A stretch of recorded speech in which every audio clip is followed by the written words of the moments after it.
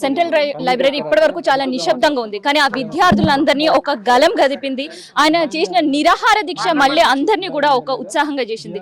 మళ్ళీ గలమెత్తి తమకు న్యాయం కావాలని పోరాటానికి సిద్ధమవుతున్నారు. సో ఒక్కసారి ఆయన గురించి కావచ్చు, ఆయన కుటుంబం గురించి కావచ్చు, ఎవరి గురించి ఆలోచించలేదు. కేవలం ఒక నిరుద్యోగుల గురించి ఆలోచించి మాత్రమే దీక్ష చేపట్టిండు.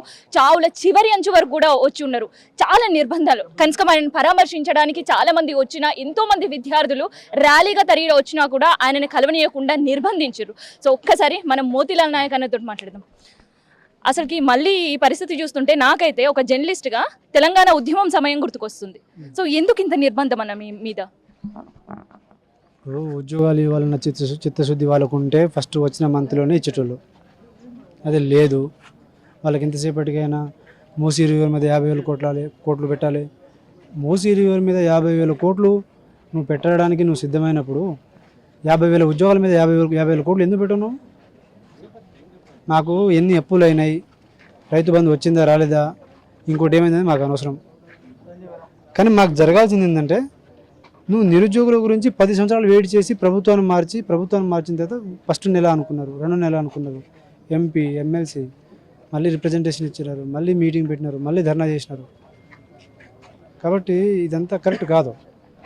ఈ 4 డిమాండ్ల వల్ల 30,000 ఉద్యోగాలు ఫిల్ అవుతుంది. 30,000 ఉద్యోగాల వల్ల ఈ 30,000 కుటుంబాలకు వాళ్ళ కుటుంబం సెట్ అయిపోతుంది. వాళ్ళని రాని వాళ్ళు కూడా వాళ్ళు వేరే పని చూసుకొని వెళ్ళిపోతారు.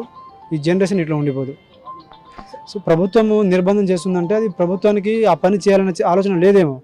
9 రోజులు నేను చేసిన, మరి నన్ను వచ్చి మాట్లాడినప్పుడు మరి కనీసంగా నువ్వు విని నువ్వు ఏందనేది నువ్వు ఇది అడిగినావు, నేను ఇది చేయగలుగుతా అని చెప్పాలి కదా.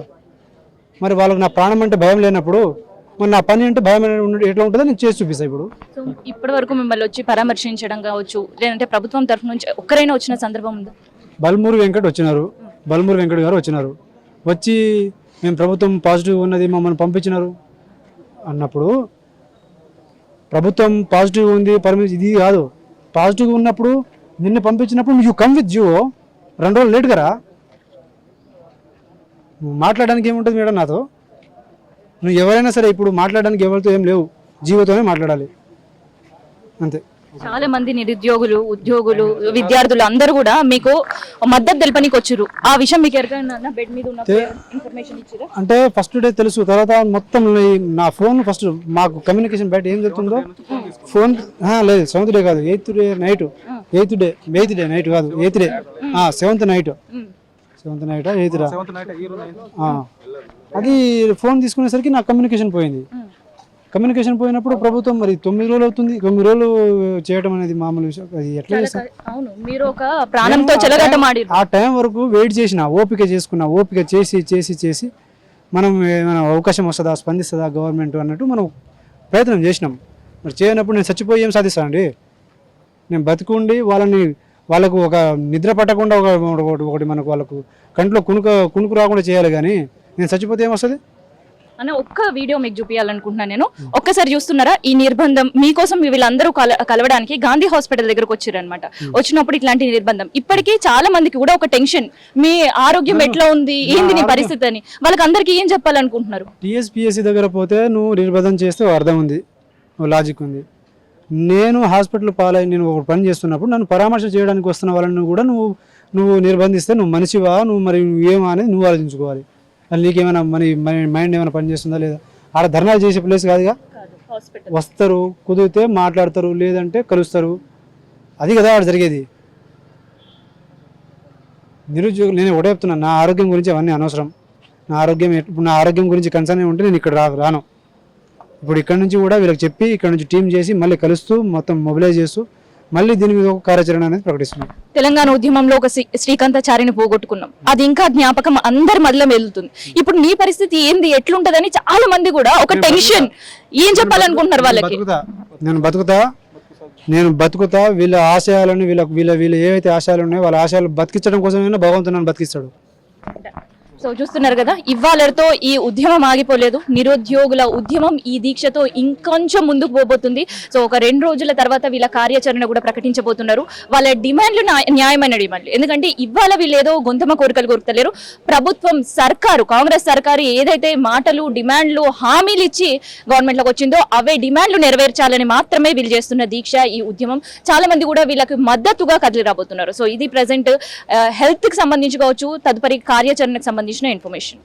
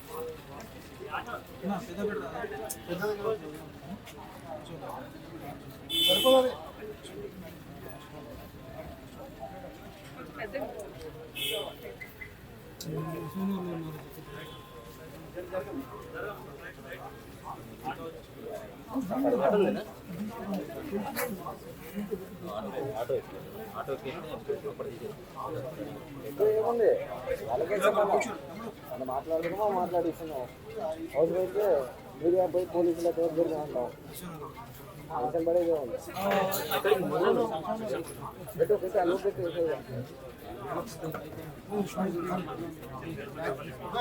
ఇది కాదు పరిష్కారం. కొట్లాడదాం, కన్ఫ్యూజ్ చేసేది ఏం లేదు. అందరం కలిసి కొట్లాడదాం.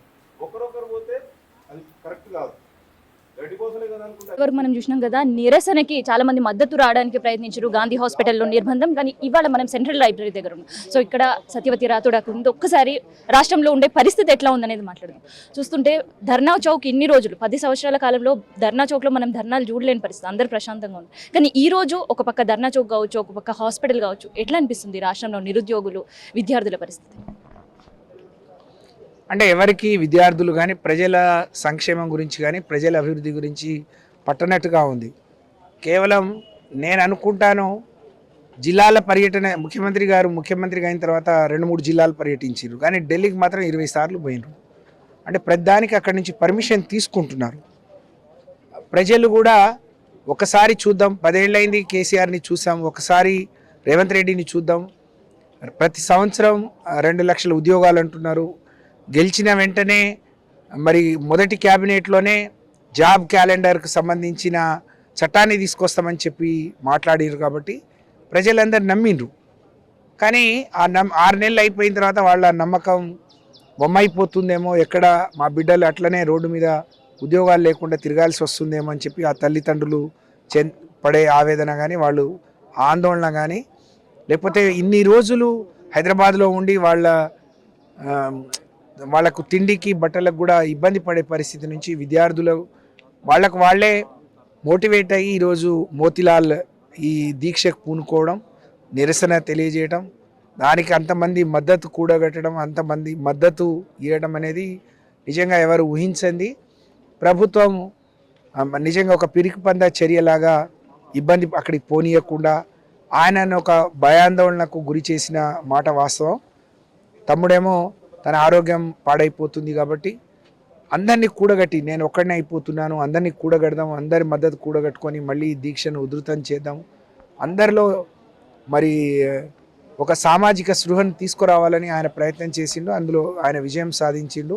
నేను మనస్ఫూర్తిగా మోతిలాల్ని అభినందిస్తూ, భవిష్యత్తులో ఈ రాష్ట్రంలో జరిగే ఏ ఉద్యమానికైనా బీఆర్ఎస్ పార్టీ మద్దతు ఉంటుంది. ఒక గిరిజన బిడ్డ వాళ్ళ ఆర్థిక ఇబ్బందులు, వాళ్ళ కుటుంబ పరిస్థితులు ఏ విధంగా ఉంటాయో మా అందరికి తెలుసు. కాబట్టి అందరం కూడా ఆయనకు మద్దతు ఇస్తున్నాం. ఎవరు చేసినా తప్పకుండా పూర్తి స్థాయిలో మద్దతు ఇస్తాం, వాళ్లకు అండగా నిలబడతాం. ఈ ప్రభుత్వం దిగి వచ్చి వాళ్ళు చెప్పిన హామీలే వాళ్ళు నెరవేర్చే వరకు, వాళ్ళ మెడలు వంచే వరకు తప్పకుండా ఈ ఉద్యమాన్ని ఉధృతం చేస్తాం. ఒక పక్క నిరుద్యోగులు, ఇంకో పక్క విద్యార్థులు, ఇంకో వైపు చూస్తుంటే సాగుకు సమయమైంది. ఇప్పటి వరకు రైతులకి భరోసా లేదు. సో రైతుల నుంచి ఎట్లా ఉంది? 6 గ్యారెంటీల అని చెప్పి ఆ గ్యారెంటీలకే వారంటీ లేకుండా, అంటే కాంగ్రెస్ పార్టీ మరొకసారి మోసం చేసింది అని ప్రజలు ఇప్పుడిప్పుడే గ్రహిస్తూ ఉన్నారు, గుర్తిస్తూ ఉన్నారు. పొరపాటు జరిగిపోయింది అని చెప్పి రైతులే కాదు, ప్రతి ఒక్క వర్గాన్ని వంచడంలో, మోసం చేయడంలో కాంగ్రెస్ సిద్ధహస్తం.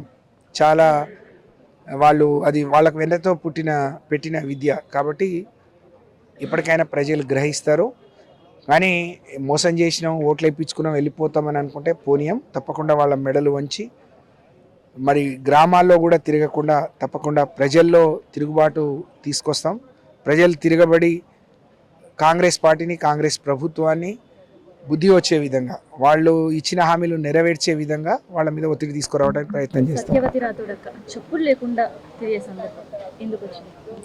ఇలాంటి బిడ్డలు కేసీఆర్ గారు 10 ఏళ్ళు తెలంగాణ రాష్ట్రం ఏ లక్ష్యంతో తీసుకొచ్చాడో ఆ లక్ష్యం నెరవేర్చడానికి, అందులో తెలంగాణ రాష్ట్రంలో ఉండే అన్ని కులాలు, అన్ని వర్గాలు, అన్ని ప్రాంతాల ప్రజలు సుఖ సంతోషాలతో ఉండాలని ఆయన చేసిన ప్రయత్నం. అందులో మా గిరిజన వెనుకబడిన జాతి, మా గిరిజన సమాజం, మా లంబాడీ కుల పిల్లలు, వాళ్లకు మంచి విద్యనివ్వాలి, విద్య ఒకటే వాళ్ళ జీవితంలో మార్పు వస్తుందని అనేక గురుకుల పాఠశాలలు తీసుకురావడం, రిజర్వేషన్ పెంచడం, ఉద్యోగాల్లో రిజర్వేషన్ పెంచడం, విదేశీ విద్యను కూడా ప్రోత్సహించడం, 10 లక్షలు ఉన్న స్కీమ్ని 20 లక్షలకు, వేలాది మంది పిల్లలు అక్కడికి పోయి చదువుకునే అవకాశం కల్పించడం. ఇవన్నీ చూసిన తర్వాత ఇలాంటి నాయకుడు తెలంగాణలో 10 కాలాల పాటు ఉండాలి, ముఖ్యమంత్రిగా ఉంటే మా గిరిజన బిడ్డల కోసం తీసుకొచ్చిన ఒక కళ్యాణ లక్ష్మి కావచ్చు, ఒక ఆరోగ్య లక్ష్మి కావచ్చు, అలా చెప్పుకుంటూ పోతే అనేకం. కాబట్టి ఆయన మళ్ళీ ముఖ్యమంత్రిగా ఉండాలి. ఆయన ముఖ్యమంత్రిగా ఉండే వరకు చెప్పులు వేసుకోనని నేను దీక్ష తీసుకున్నాను. ఆ దీక్ష కొనసాగిస్తూ ఉన్నాను. తప్పకుండా కేసీఆర్ గారు మళ్ళీ ముఖ్యమంత్రి అవుతారు. తెలంగాణ ప్రజలకు మంచి రోజులు వస్తాయి. అప్పటి వరకు నా దీక్ష కొనసాగుతుంది. సో ఇది నిరుద్యోగులు చేస్తున్న, విద్యార్థులు చేస్తున్న దీక్షకి ప్రతి ఒక్కరు కూడా కదిలొస్తున్నారు, వాళ్ళకు మద్దతు తెలుపుతున్నారు. పార్టీలకు అతీతంగా, సంఘాలకు అతీతంగా కూడా చాలా మంది ఇప్పటికే మద్దతు తెలిపారు. అయితే తదుపరి వాళ్ళ కార్యాచరణ ప్రకటించిన తర్వాత కూడా వాళ్ళకు మద్దతుగా ఉంటామని చెప్తున్నారు. సో ఇది సత్యవతి రాథోడ్ చెప్తున్న ముచ్చట. అదేవిధంగా ఎవరో ఒకరు చేస్తారని చెప్పేసి స్టేట్లో కట్టుకొని పోతే బయట జరిగే లుసుకులు జరుగుతూనే ఉంటాయి. అలా కాకుండా అందరం కలిసి ఏం చేద్దాం చెప్పండి, కార్యాచరణ ఏం చేద్దాం, అది చేసేది కూడా క్లారిటీ ఉండాలి, తొందరగా ఉండాలి. ఎందుకంటే ఇంకో 15 days